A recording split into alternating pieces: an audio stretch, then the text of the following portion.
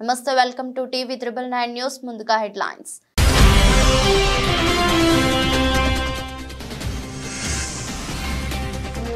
విజయవాడ ఆసుపత్రిలో చికిత్స పొందుతున్న కార్యకర్తలకు వైఎస్ జగన్ పరామర్శ దాడులు ఆపాలంటూ కూటమి ప్రభుత్వానికి హెచ్చరిక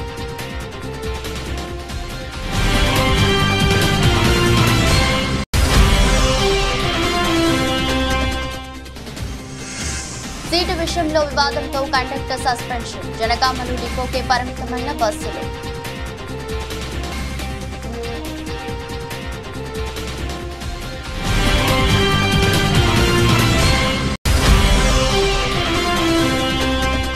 అనపర్తిలో 10 కోట్లతో ఫుట్ ఓవర్ బ్రిడ్జ్ నిర్మాణానికి మార్గం సుగమం రైల్వే ఫుట్ ఓవర్ బ్రిడ్జ్ నిర్మాణ నమూనాను రైల్వే అధికారులతో కలిసి పరిశీలించిన ఎమ్మెల్యే నల్లమల్లి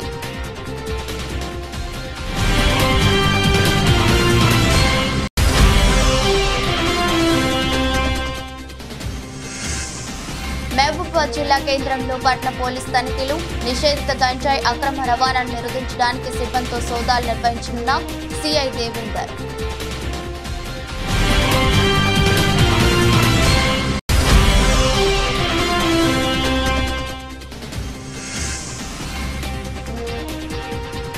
పారిస్ ఒలింపిక్స్ లో భారత్ కు ఖాయమైన మరో పథకం ఫైనల్ చేరిన రెజ్లర్ వినేష్ పుగాట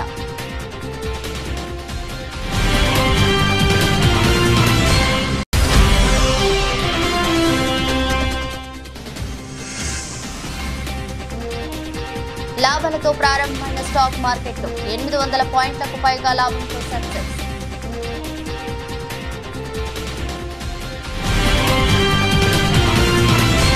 ఎన్టీఆర్ నవాబ్పేటలో తమ కార్యకర్తలపై దాడి జరిగిందంటూ వైసీపీ జాతీయ అధ్యక్షుడు జగన్ మండిపడ్డారు. ఆయన ఇవాళ విజయవాడ ఆసుపత్రిలో చికిత్స పొందుతున్న కార్యకర్తలను పరామర్శించారు. ఈ సందర్భంగా జగన్ మాట్లాడుతూ కూటమి ప్రభుత్వాన్ని మళ్లీ హెచ్చరిస్తున్నా దాడులు ఆపండి అని స్పష్టం చేశారు. నవాబ్పేటలో వైసీపీ కార్యకర్తలపై పక్కా ప్రణాళికతోనే దాడి జరిగిందని సుమారు 20 మంది పచ్చి దాడికి పాల్పడ్డారని జగన్ ఆరోపించారు. ఇలాంటి దాడులతో చంద్రబాబు సాధించేది ఏమైనా ఉందా అని ప్రశ్నించారు. కార్యకర్తలను ఉద్దేశించి మాట్లాడుతూ నేను సీఎంగా ఉన్నప్పుడు మిమ్మల్ని ఆదుకుంటా వచ్చాను. ఇప్పుడు రాష్ట్రంలో శాంతి భద్రతలు పూర్తిగా కంట్రోల్ తప్పాయని వివరించారు. గ్రామ స్థాయి నుంచే బీభత్సం సృష్టిస్తున్నారు. నంద్యాలలోనూ రాజకీయ హత్య జరిగింది. శుక్రవారం అక్కడికి వెళ్తున్నా ఇవాళ మీరు అధికారంలో ఉన్నారు, రేపు మేము గద్దెనెక్కుతాం. ఈ పరిస్థితి ఇంతటితో ఆగకపోతే అప్పుడు మా వాళ్ళు ఆగమన్న ఆగే పరిస్థితి ఉండదు అంటూ జగన్ వార్నింగ్ ఇచ్చారు. సాధారణంగా కొత్త ప్రభుత్వంపై ప్రజలు వ్యతిరేకత రావడానికి కొంచెం సమయం పడుతుందని, కానీ చంద్రబాబు ప్రభుత్వంపై చాలా త్వరగా ప్రజల్లో వ్యతిరేకత వచ్చిందని జగన్ పేర్కొన్నారు. ఎన్నికల హామీలు నెరవేర్చకపోగా దాడులను ప్రోత్సహిస్తున్నారని ఆగ్రహం వ్యక్తం చేశారు. నవాబ్పేటలో అతి దారుణంగా కేవలం ఆధిపత్యం అన్నది చాటడం కోసం ఒక పథకం ప్రకారం అక్కడ కర్రలతో అతి దారుణంగా దాదాపుగా 20 మంది కలిసి కర్రలతో అతి పాశవికంగా కొడుతూ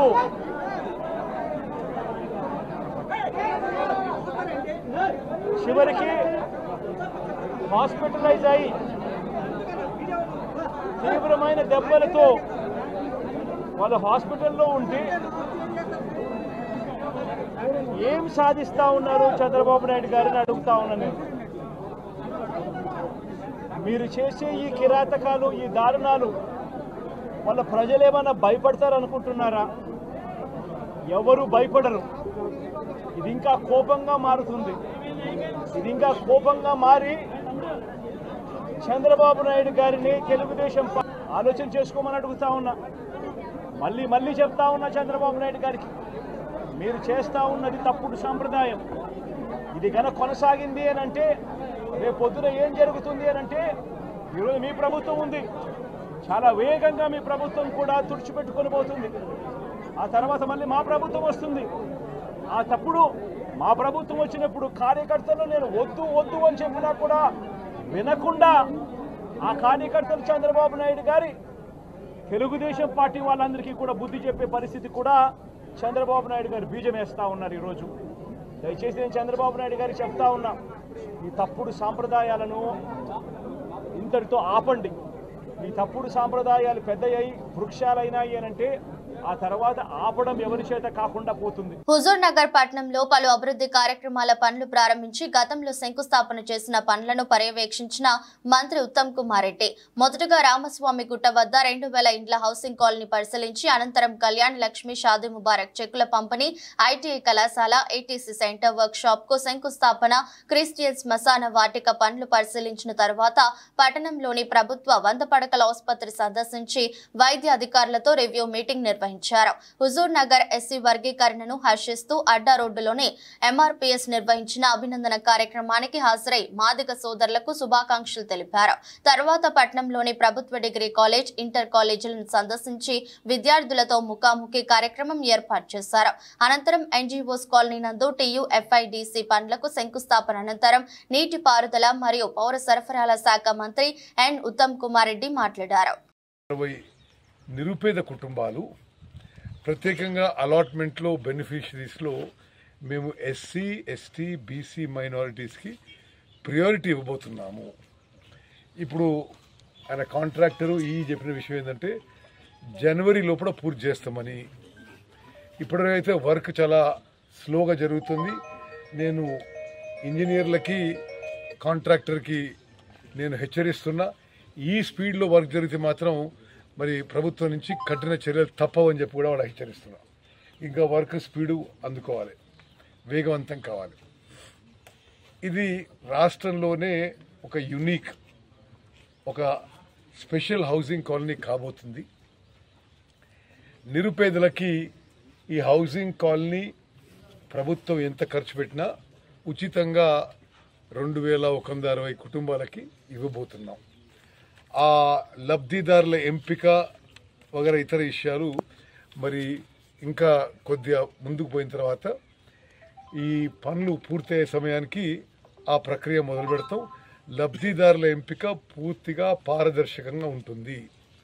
ఫస్ట్ ప్రియారిటీ హుజూర్ నగర్ టౌన్లో ఉండే వాళ్ళకి, నిరుపేదలకి, ఇండ్లు లేని వాళ్ళకు ఉంటుంది.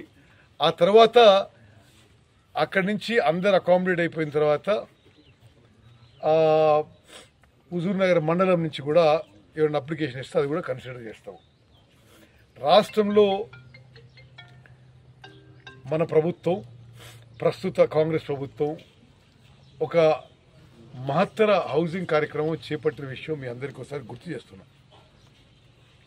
ఈ ఆర్థిక సంవత్సరంలో కృష్ణా గోదావరి నదుల అనుసంధానమైన ఇబ్రహీంపట్నంలోని పవిత్ర సంగమానికి పూర్వవైభవం తెస్తామని, ఇక్కడ నిత్యహారతులను పునరుద్ధరిస్తామని ఆంధ్రప్రదేశ్ రాష్ట్ర దేవాదాయ ధర్మాదాయ శాఖ మంత్రివర్యులు ఆనం రామనారాయణ రెడ్డి హామీ ఇచ్చారు.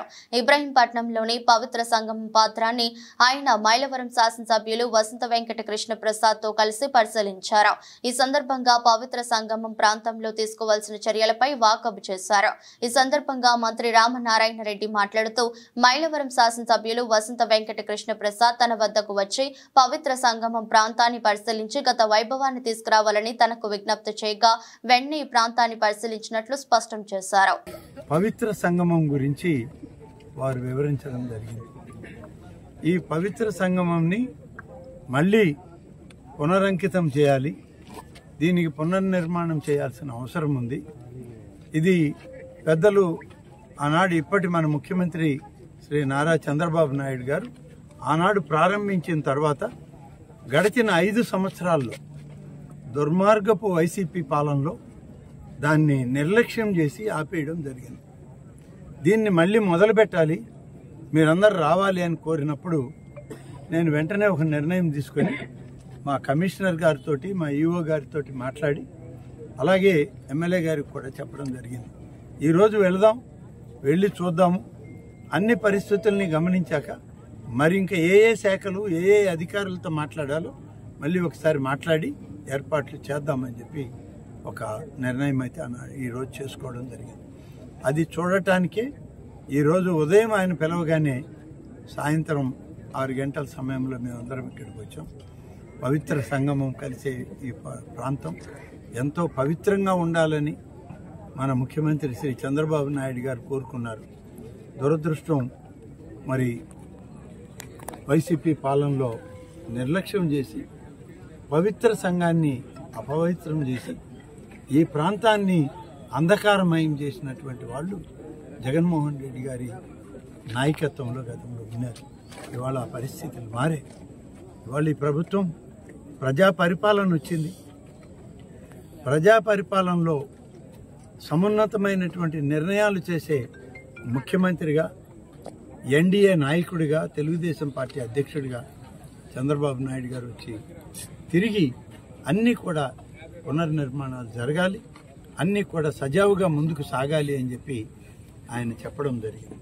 అందుకని పవిత్ర సంగమం కూడా మరి గతంలో ఏ విధంగా పవిత్రంగా దీన్ని భావించి ప్రతిరోజు నిత్యం హారతలిస్తూ వేలాది మందికి కన్నుల పండుగగా ఉన్నటువంటి ఈ ప్రాంతాన్ని తిరిగి మళ్ళీ ప్రారంభించేదానికి ఆలోచన చేస్తూ ఉన్నాం. తెలంగాణలోని జనగామ జిల్లాలో ఆర్టీసీ బస్సులు డిపోకే పరిమితమయ్యాయి. ఓ కండక్టర్ ను అన్యాయంగా సస్పెండ్ చేశారంటూ ఉద్యోగులు డిపో ఎదుట ఆందోళన నిర్వహించారు. సీటు విషయంలో జరిగిన వాదం చివరకు కండక్టర్ పై ఓ మహిళా ప్యాసింజర్ ఫిర్యాదు చేసే వరకు వెళ్లింది. దీంతో అతన్ని సస్పెండ్ చేశారు. అయితే కండక్టర్ పై ఎలాంటి విచారణ జరపకుండా అన్యాయంగా సస్పెండ్ చేశారంటూ ఉద్యోగులు ధర్నాకు దిగారు. సస్పెండ్ చేసిన కండక్టర్ శంకర్ ను వెంటనే విధుల్లోకి తీసుకోవాలని డిమాండ్ చేశారు. ఉద్యోగుల ఆందోళనతో బస్సులు డిపోకే పరిమితమయ్యాయి. ఈ నెల 1న జనగామ నుంచి హన్మకొండకు వెళ్తున్న బస్సులో ఓ గర్భిణి ఎక్కింది. బస్సు కిక్కిరిసి ఉండటంతో కండక్టర్ శంకర్ గర్భిణి కోసం ఓ సీట్ను ఆపాడు. ఈ విషయమై ప్రయాణికులతో వివాదం తలెత్తింది. ఈ గొడవ అధికారుల దృష్టికి వెళ్లింది. దీంతో అధికారులు శంకర్ ను సస్పెండ్ చేశారు. అయితే ఏం జరిగిందో తెలియకుండా ఉద్యోగిపై చర్యలు తీసుకోవటం ఏమిటని ఉద్యోగులు ఆగ్రహం వ్యక్తం చేశారు. శంకర్ ను తిరిగి విధుల్లోకి తీసుకోవాలంటూ సిఐటి ఆధ్వర్యంలో డిపో ఎదుట బైఠాయించారు. ఎలాంటి విచారణ లేకుండా కండక్టర్ ను సస్పెండ్ చేసినందుకు అధికారులపై చర్యలు తీసుకోవాలని డిమాండ్ చేశారు.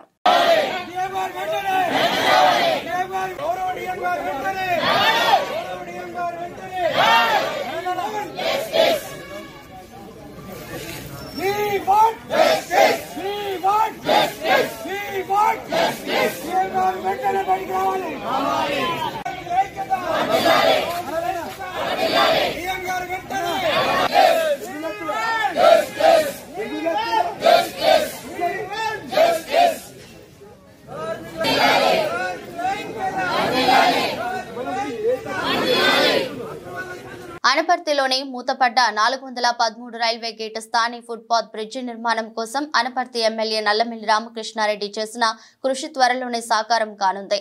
రైల్వే గేటు మూతపడటంతో గేటు ఆవలిపై ఉన్న కళాశాలలకు వెళ్లే విద్యార్థులు, రైస్ మిల్లు, పౌల్ట్రీ ఫారాలకు వెళ్లే వ్యాపారులు అనేక ఇబ్బందులు ఎదుర్కొంటున్నారు. 2014-19 మధ్య ఎమ్మెల్యేగా ఉన్న నల్లమిల్లి బ్రిడ్జి నిర్మాణం కోసం చేసిన కృషి ఫలించి ఫలితం అందే సమయానికి ప్రభుత్వం మారడంతో ఎక్కడి పనులు అక్కడ నిలిచిపోయాయి. తిరిగి కూటమి అభ్యర్థి విజయం సాధించిన ఎమ్మెల్యే నల్లమిల్లి ఇటీవల రాజమహేంద్రవరంలో రైల్వే DRMతో జరిపిన చర్చల ఫలితంగా ఫుట్పాత్ బ్రిడ్జి నిర్మాణానికి అనుమతులు లభించాయి. అనపర్తి రైల్వే స్టేషన్లో అమృత్ భారత్ ఫేజ్ 1లో భాగంగా 24 కోట్లతో జరుగుతున్న అభివృద్ధి పనులను రైల్వే సీనియర్ ఇంజనీర్ శ్రీనివాస్ తో కలిసి పరిశీలించారు. ఈ సందర్భంగా ఫుట్పాత్ బ్రిడ్జి నిర్మాణ స్థలాన్ని పరిశీలించి బ్రిడ్జి నిర్మాణం కోసం రూపొందించిన నమూనా చిత్రపటాన్ని పరిశీలించారు. ఈ సందర్భంగా ఎమ్మెల్యే మాట్లాడుతూ ఫుట్పాత్ బ్రిడ్జి నిర్మాణానికి ఏర్పాట్లు చేస్తున్నామని, ఇక్కడి ప్రజల చిరకాల వాంఛగా ఉన్న బ్రిడ్జి నిర్మాణం పూర్తి చేస్తామన్నారు.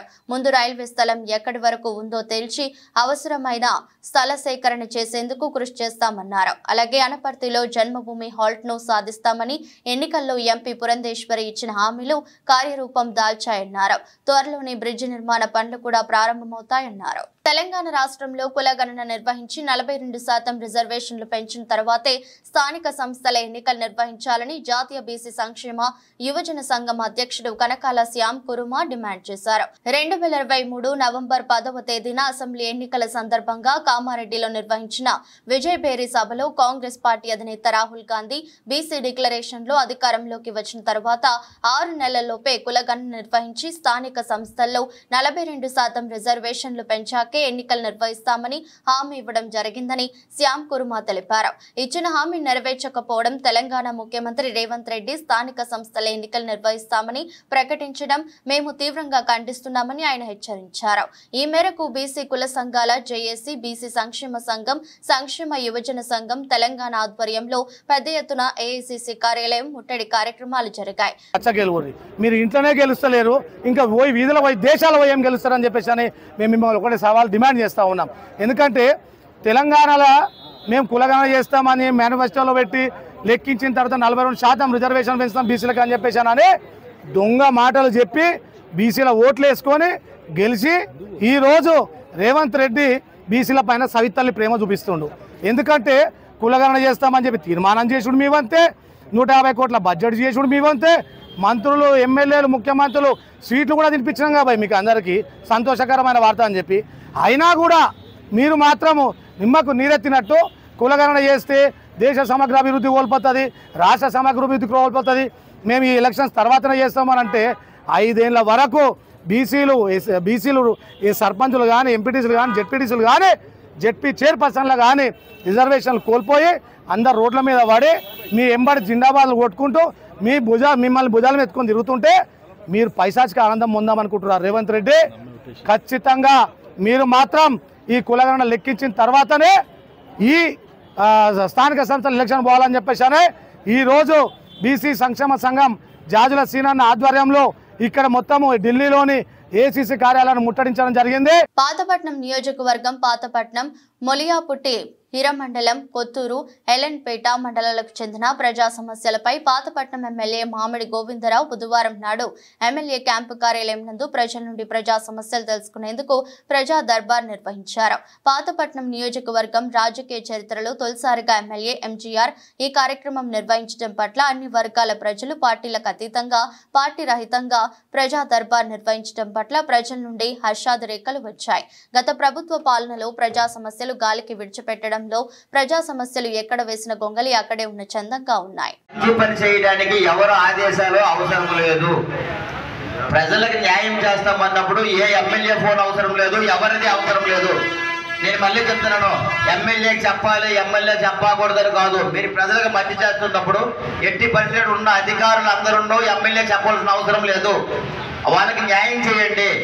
చాలా మంది అంటారు మాకు అవసరం లేదు, అది ఎట్టి పరిస్థితుల్లో మీరందరూ అధికారులు, ప్రజల సమస్య తెలిసిన వాళ్ళు. మేము కొత్త ఎమ్మెల్యేను, నేను కొత్త ఎమ్మెల్యేను, నాకు కొన్ని సమస్యలు తెలుసు, కొన్ని సమస్యలు తెలియకపోవచ్చును, నాకు అవగాహన తక్కువ ఉండొచ్చును.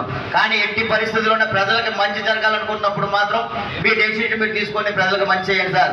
ఇప్పుడు ఇక్కడ వచ్చిన ఇప్పుడు ఎవరైతే ఆఫ్సర్ రిజర్వాయర్ సంబంధించిన వాళ్ళు ఎవరైతే ఉన్నారో బాధ్యతలు, నిర్వాహితులు కానీ ఆ బాధ్యతలు ఎవరు ఉన్నారో మీకు చెప్తున్నారు ఒక ఎంఆర్ఓ గారు, మీకు అన్నీ తెలుసు అనుకోని చాలా సంతోషకరమైన విషయం. మీరు కోర్టు మీరు వెళ్ళి అక్కడ ఉన్న సమస్యలు సాల్వ్ చేయండి సార్ వీలున్నంత వరకు. ఒకవేళ ఏదైనా ప్రాబ్లం ఉంటే నాకు చెప్పండి, నేను పై అధికారులకి, మన గిరిజన పచ్చినాయుడు గారికి, మన మినిస్టర్ గారికి, మన ఎంపీ రామ్మోహన్ కేంద్ర మినిస్టర్ గారికి చెప్తాను. అదే కాకుండా మన ప్రభుత్వం తరఫున లోకేష్ గారికి కానీ, దీనికి సంబంధించిన ఇరిగేషన్ మినిస్టర్ ఎవరు ఉంటే వాళ్ళకి కానీ, ఎవరికి రెవెన్యూ మినిస్టర్ కానీ చెప్పడానికి సిద్ధంగా ఉన్నాను. ఒక లెక్క ఏంటంటే అడ్జస్ట్మెంట్ అంటే తప్పనిసరిగా మనకి దగ్గరగా ప్రభుత్వంతో బంధం ఉంది కాబట్టి కొన్ని అన్ని సమస్యలు సాల్వ్ అవుతాయి. మనకి మెయిన్ ఇంపార్టెంట్ మన నియోజకవర్గం నుంచి అంటే మన జిల్లా నుంచి ఒక రాష్ట్ర మంత్రి ఉన్నారు, ఒక కేంద్ర. మహబూబాబాద్ జిల్లా కేంద్రంలోని పలు పార్సల్ ఆఫీసులు, కిరాణా షాపులలో, రైల్వే స్టేషన్స్, బస్ స్టాండ్, అనుమానిత ఇండ్లలో నిషేధిత పదార్థాలు గుర్తించడానికి పట్న పోలీస్ తనిఖీలు నిర్వహించారు. నిషేధిత గంజాయి అక్రమ రవాణాను నిరోధించడానికి నార్కోటిక్స్ విభాగంలో ప్రత్యేక శిక్షణ పొందిన పోలీస్ నార్కోటిక్ జాగిలం తో డాగ్ స్క్వాడ్ బృందంతో టౌన్ సిఐ దేవేందర్ సిబ్బందితో కలిసి తనిఖీలు చేపట్టారు.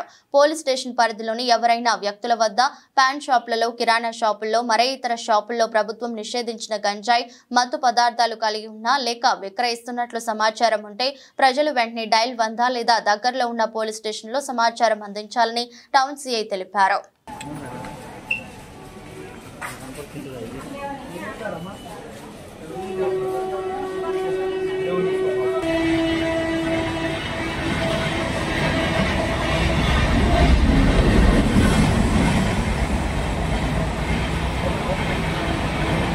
ప్రకాశం జిల్లా రాచర్లలో జీవో నెంబర్ 117 రద్దు చేయాలని కోరుతూ ఆంధ్రప్రదేశ్ ఐక్య ఉపాధ్యాయ ఫెడరేషన్ సభ్యులు పాలుకుల్ల రమణారెడ్డి డిమాండ్ చేశారు.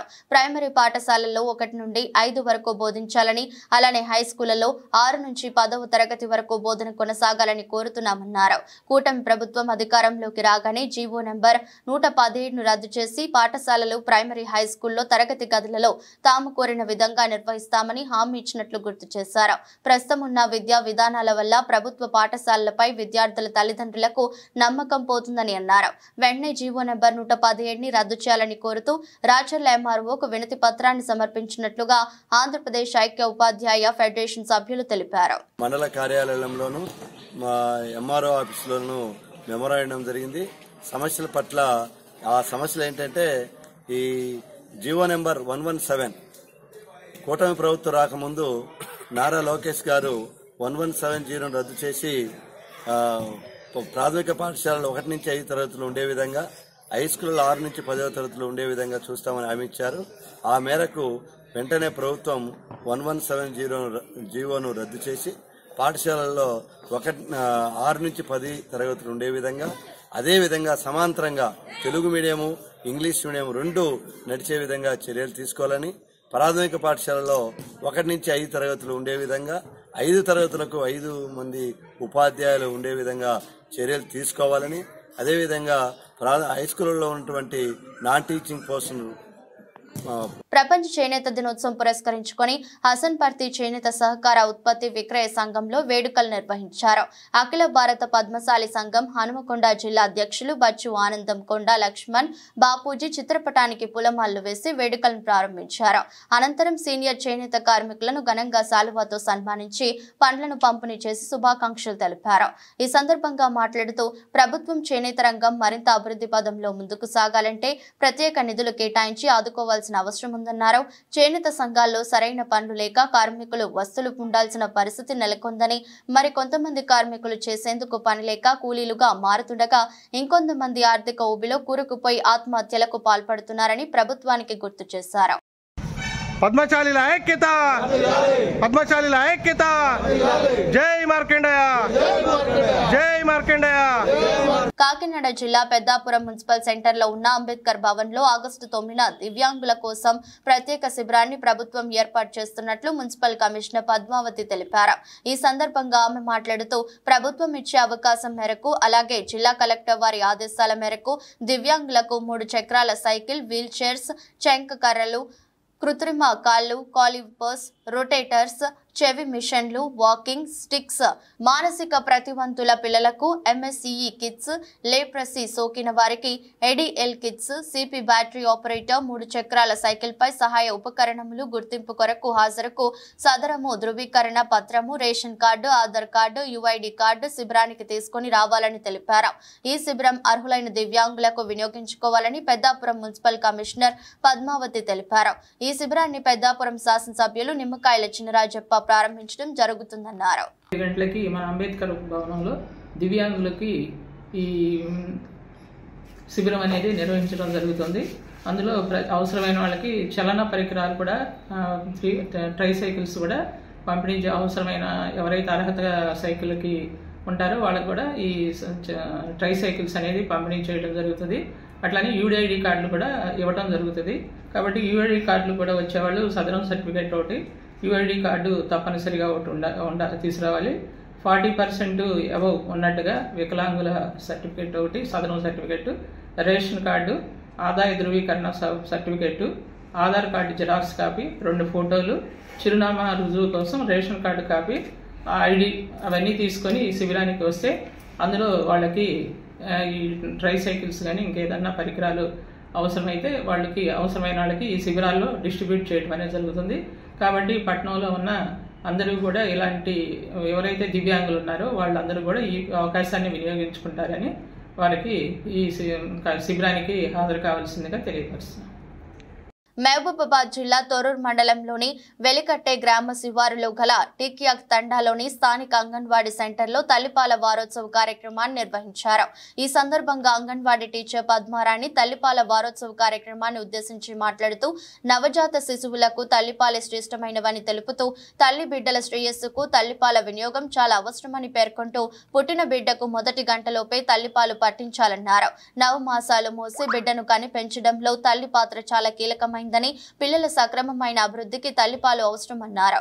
ఈ కార్యక్రమంలో గర్భిణీలు, బాలింతలు, మాజీ సర్పంచ్ జాటోతు కౌసల్య మరియు తండా వాసులు పాల్గొన్నారు. కొంతమంది పిల్లలు 2 సంవత్సరాల వరకు తాగుతారు. 2 సంవత్సరాల వరకు తల్లిపాలు కంటిన్యూ చేయొచ్చు. తల్లికి పాలు ఉంటే ఉన్నంత కాలం పాలు ఇవ్వచ్చు. ఎంత పాలిస్తే పిల్లలకు అంత రోగ నిరోధక శక్తి అనేది పెరుగుతుంది. తల్లిపాలు ఇవ్వడం వల్ల రోగాలు అనేవి రాకుండా ఉంటాయి. పిల్లలకు ఏ రోగం వచ్చినా కూడా తట్టుకునేంత శక్తి ఉంటుంది పిల్లలకు. కాబట్టి తల్లిపాలు అనేవి చాలా ప్రాముఖ్యమైనవి. కాబట్టి తల్లిపాల సంస్కృతిని మనం అందరం ప్రోత్సహించాలి.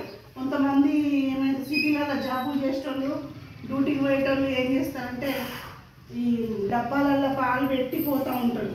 ఈ మాకం డబ్బాలలో పాలు పెట్టిపోతే ఆ పాలు కొంచెం ఇన్ఫెక్షన్స్, రోగాలు అట్లాంటివి ఎక్కువ అవుతాయి. ఇక కొంతమంది ఏమనుకుంటారంటే తల్లిపాలు ఇవ్వడం వల్ల మా అందం అంతా తగ్గిపోతాను కాబట్టి మేము తల్లిపాలు ఇవ్వమనే. ప్యారిస్ ఒలింపిక్స్ 2024లో భారత్ కు మరో పథకం ఖాయమైంది. అంచనాలను అందుకుంటూ భారత్ స్టార్ రెజ్లర్ వినేష్ ఫొగాట్ మహిళల 50 kgల ప్రీ స్టైల్ ఈవెంట్ లో ఫైనల్ చేరింది. సెమీఫైనల్లో క్యూబా రెజ్లర్ యూస్నిలిస్ గుజ్మాన్ తో జరిగిన బౌట్ లో 5-0తో విజయం సాధించింది. ఈ మ్యాచ్ ఆరంభం నుంచే ఫొగాట్ ఆధిపత్యం ప్రదర్శించింది. ప్రత్యర్థి నుంచి పెద్దగా ప్రతిఘటన లేకపోవడంతో తొలి పీరియడ్ ముగిసే సమయానికి ఫొగాట్ 1-0తో ఆధిక్యంలో నిలిచింది. రెండో పీరియడ్ ఆమె 5-0తో భారీ ఆధిక్యాన్ని సాధించింది. ఈ ఆధిక్యాన్ని చివరి వరకు అలాగే కొనసాగించడంతో బౌట్ భారత వశమైంది. ఇక స్వర్ణం కోసం జరిగే ఫైనల్ పోరులో అమెరికాకు చెందిన సారా హిల్టర్ బ్రాంట్ తో వినేష్ ఫొగాట్ తలపడనుంది. హిల్టర్ బ్రాంట్ సెమీఫైనల్లో మంగోలియాకు చెందిన డోల్గో జార్విన్ పై విజయం సాధించి ఫైనల్ చేరుకుంది. ఒలింపిక్స్ క్రీడల్లో రెజ్లింగ్ విభాగంలో ఫైనల్లో పథకం అందించనున్న తొలి భారతీయ మహిళగా వినేష్ ఫొగాట్ నిలవడం ఖాయమైంది. సెమీస్ కు చేరిన తొలి మహిళగా ఇప్పటికే రికార్డు సృష్టించింది. కాగా 2016 ఒలింపిక్స్ క్వార్టర్స్ లో ఓడిపోయిన సాక్షి మాలిక్ కాంస్యం పథకంలో సరిపెట్టుకుంది. స్టాక్ మార్కెట్లో బుధవారం భారీ లాభాలతో ప్రారంభమయ్యాయి. ప్రస్తుతం బాంబే స్టాక్ ఎక్స్చేంజ్ సూచీ సెన్సెక్స్ 863 పాయింట్ల లాభంతో 79,442 వద్ద కొనసాగుతుంది. జాతీయ స్టాక్ ఎక్స్చేంజ్ సూచీ నిఫ్టీ కూడా 299 పాయింట్ల లాభంతో 24,292 వద్ద ట్రేడ్ అవుతుంది. అంతర్జాతీయ మార్కెట్లలో నెలకొన్న సానుకూలతలు దేశీయ సూచీలకు దన్నుగా నిలిచాయి. ట్రేడింగ్ ప్రారంభంలోనే సెన్సెక్స్ 1,046 పాయింట్లు, నిఫ్టీ 313 పాయింట్ల మేర లాభపడ్డాయి. Mahindra and Mahindra, Infosys, UltraTech Cement, Adani Ports, HCL, Tech, Tata Steel, ITC, Maruti Suzuki, Axis Bank, Sun Pharma, Power Grid సూచీలు లాభాల్లో కొనసాగుతున్నాయి. అదే సమయంలో Asian Paints, Bharti Airtel, Kotak Bank, Titan సూచీలు నష్టాల్లో ఉన్నాయి. అంతర్జాతీయ మార్కెట్ల విషయానికి వస్తే మంగళవారం అమెరికా మార్కెట్లు లాభాలతో ముగిశాయి. ఆసియాలో సియోల్, టోక్యో, షాంఘై, హాంకాంగ్ అన్ని మంచి లాభాల్లో ట్రేడ్ అవుతున్నాయి. స్టాక్ ఎక్స్చేంజ్ డేటా ప్రకారం మంగళవారం విదేశీ సంస్థాగత పెట్టుబడిదారులు 3,531 కోట్ల విలువైన ఈక్విటీ షేర్లను అమ్మేశారు. మరోవైపు దేశీయ సంస్థాగత పెట్టుబడిదారులు 3,357 కోట్ల విలువైన ఈక్విటీ షేర్లను కొనుగోలు చేశారు. వార్తలు ముగించే ముందు మరోసారి హెడ్లైన్స్.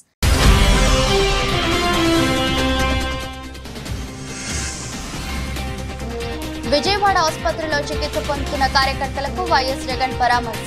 దాడులు ఆపాలంటూ కూటమి ప్రభుత్వానికి హెచ్చరిక.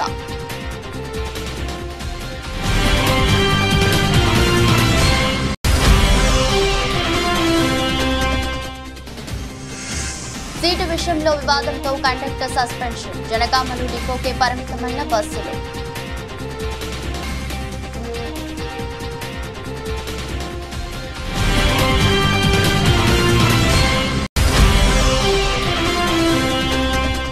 అనపర్తిలో 10 కోట్లతో ఫుట్ ఓవర్ బ్రిడ్జ్ నిర్మాణానికి మార్గం సుగమం. రైల్వే ఫుట్ ఓవర్ బ్రిడ్జ్ నిర్మాణ నమూనాను రైల్వే అధికారులతో కలిసి పరిశీలించిన ఎమ్మెల్యే నల్లమిల్లి.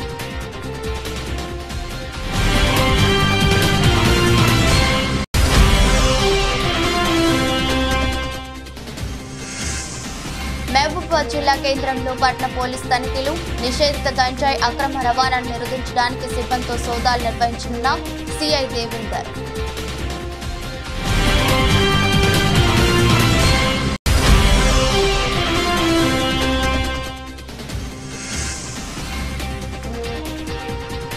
పారిస్ ఒలింపిక్స్ లో భారత్ కు ఖాయమైన మరో పథకం. ఫైనల్ చేరిన రెజ్లర్ వినేష్ పుగాట.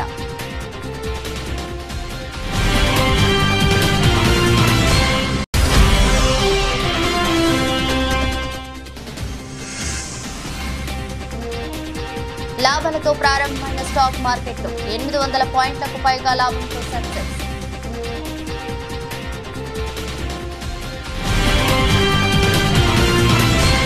ఇది రోజు బులెటిన్. మరో బులెటిన్లో మళ్ళీ కలుద్దాం. అంతవరకు సెలవు. నమస్కారం.